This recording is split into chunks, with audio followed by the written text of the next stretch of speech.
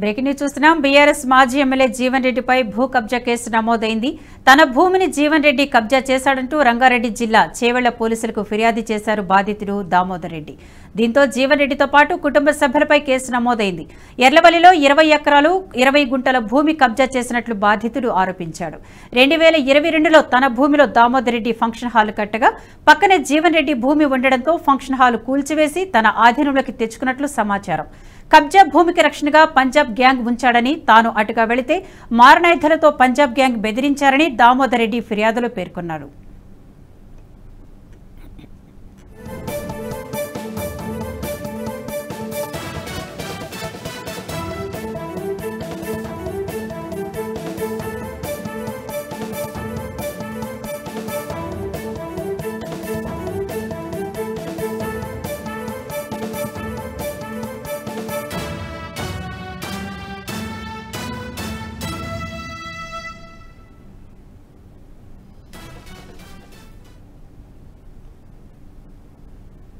BRS మాజీ MLA Jeevan రెడ్డిపై భూ కబ్జా కేసు నమోదైంది. తన భూమిని జీవన్ రెడ్డి కబ్జా చేశాడంటూ రంగారెడ్డి జిల్లా చేవెళ్ల పోలీసులకు ఫిర్యాదు చేశాడు బాధితుడు దామోదర్ రెడ్డి.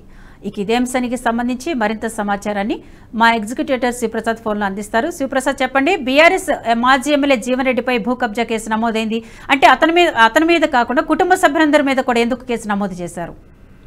దామోదర్ రెడ్డి ఎవరైతే బాధితులు ఉన్నారో, చేవెళ్ల పోలీస్ స్టేషన్ ఎవరైతే ఫిర్యాదు చేశారో, ఈ దామోదర్ రెడ్డి 2020లో 20 ఎకరాల 20 గుంటల భూమిని అక్కడ తీసుకుని ఆ భూమిలో ఫంక్షన్ హాల్ ఏర్పాటు చేశాడు దామోదర్ రెడ్డి.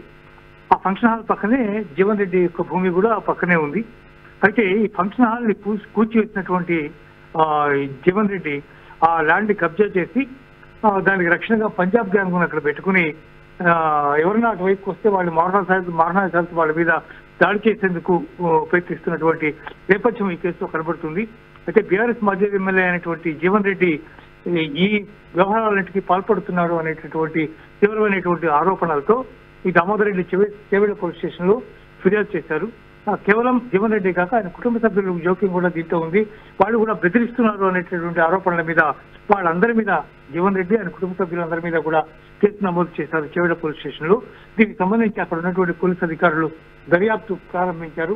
ఇది వాస్తవం కనుక తేలితే తప్పకుండా కఠిన చర్యలు తీసుకుంటామని వాళ్ళు బాధితుడికి హామీ ఇచ్చినటువంటి సందర్భం కనిపిస్తుంది. విద్య అంటే జీవరెడ్డికి సంబంధించి పీవీఆర్ మాల్ హైకోర్టు నుంచి కొంచెం ఊరట కూడా లభించింది, మనం చూసాం ఉదయమే. ఈలోపు మళ్ళీ భూ కబ్జా కేసు నమోదవడం, ఈ వ్యవహారం అంతటికి సంబంధించి బీఆర్ఎస్ పార్టీ ఏదైనా స్పందించిందా? లేదు, ఇంతవరకు ఏం స్పందించలేదు. అంటే కాంగ్రెస్ కక్ష సాధింపు చర్యగా పాల్పడుతోంది అని చెప్పి కేటీఆర్ అట్లాగే ఒకళ్ళిద్దరు వ్యాఖ్యానించినటువంటి సందర్భాలు ఉన్నాయి. కానీ పర్టికులర్ గా జీవన్ రెడ్డి ఇష్యూ తీసుకుని ఎవరు పర్టికులర్ గా మాట్లాడినటువంటి సందర్భం లేదు. ఇప్పుడే కేసు నమోదైంది కాబట్టి ఒకవేళ దీనికి సంబంధించి జీవన్ రెడ్డి స్వయంగా రియాక్ట్ అయ్యే అవకాశం ఉంది. ఆ తర్వాత పార్టీకి సంబంధించినటువంటి కొంతమంది పెద్ద నాయకులు కూడా దీని గురించి మాట్లాడే అవకాశం ఉంది. ఇదేమైనా దర్యాప్తు జరుగుతోంది అంటే ఉత్తుపుణ్యానికి నా భూమి కబ్జా చేశాడు లేకపోతే మారణాయుధాలతో చంపడానికి ప్రయత్నిస్తున్నాడు అనేటటువంటి ఆరోపణలు స్వల్పంగా చేసేటటువంటి ఆరోపణలు కావు. అక్కడ ఏదైనా పర్టికులర్ గా దానికి సంబంధించినటువంటి ఇష్యూ ఉంటే తప్ప పంజాబ్ నుంచి వచ్చినటువంటి గ్యాంగులను అక్కడ పెట్టి ఇదంతా చేస్తున్నారు అనేటటువంటి తీవ్రమైనటువంటి ఆరోపణ కూడా ఉంది. కాబట్టి దాని మీద పోలీస్ దర్యాప్తు అయితే కానీ దీనికి సంబంధించినటువంటి పూర్తి వివరాలు తెలిసే అవకాశం లేదు. ఈ ధరణి పోర్టల్ వచ్చి దీని ద్వారా అనేక రకాలైనటువంటి మోడిఫికేషన్స్ జరిగినటువంటి నేపథ్యంలో భూములకు సంబంధించి అనేక రకాలైనటువంటి ఫిర్యాదులు, అనేక రకాలైనటువంటి కన్ఫ్యూజన్స్ ఇవన్నీ కూడా ఏర్పడుతున్నటువంటి పరిస్థితి మనకి తరచుగా కనిపిస్తూ ఉంది. ఏదేమైనా భూమి కేవలం కబ్జా అయిపోయిందా, లేకపోతే దానికి సంబంధించినటువంటి అధికారాలు, వాటికి సంబంధించినటువంటి దస్త్రాలు ఇవన్నీ కూడా మారిపోయినాయా, తదితర అంశాలన్నీ కూడా పరిశీలించవలసినటువంటి అవసరం ఉంది. అందువల్ల దీనికి సంబంధించి దర్యాప్తు జరగాల్సినటువంటి పరిస్థితి ఉంది. ఆ మేరకు పోలీసులు కేసు నమోదు చేసి దర్యాప్తు చేస్తున్నారు. Vidya, thank you so much Sivaprasad.